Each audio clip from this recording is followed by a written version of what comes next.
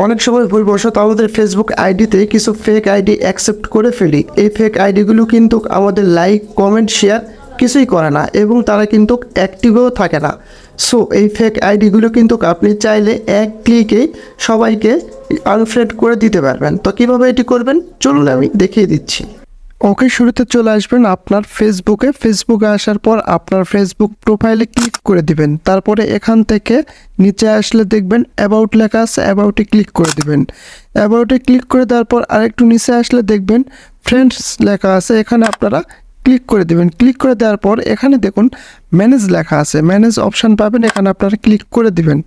তারপরে এখানে দেখুন লেস্ট ইন্টারেক্ট উইথ, এখানে ক্লিক করে দিবেন। এখানে দেখুন এই ফ্রেন্ডগুলো কিন্তু আপনাকে লাইক কমেন্ট শেয়ার কিচ্ছু করে না, তারা কিন্তু অ্যাক্টিভেও থাকে না।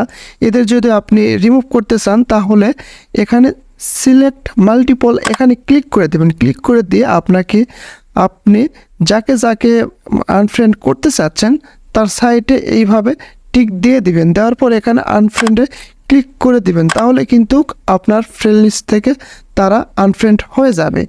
এভাবেই কিন্তু আপনারা খুব সহজে যারা অ্যাক্টিভ থাকে না তাদেরকে আনফ্রেন্ড করে দিতে পারবেন। That's it.